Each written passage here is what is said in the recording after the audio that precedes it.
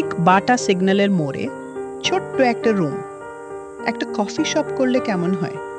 Coffee shop অনেক আছে আশেপাশে। Let's make a shared work space. আর ভাইয়া, কফির জন্য কিন্তু একটা জায়গা রাখবেন যেখানে অফিস কোয়ার্কাররা এনার্জাইজড হবে। আর একটা সাউন্ড প্রুফ মিডিয়া রুম, যে কোনো সময়ে পডকাস্ট করা যাবে।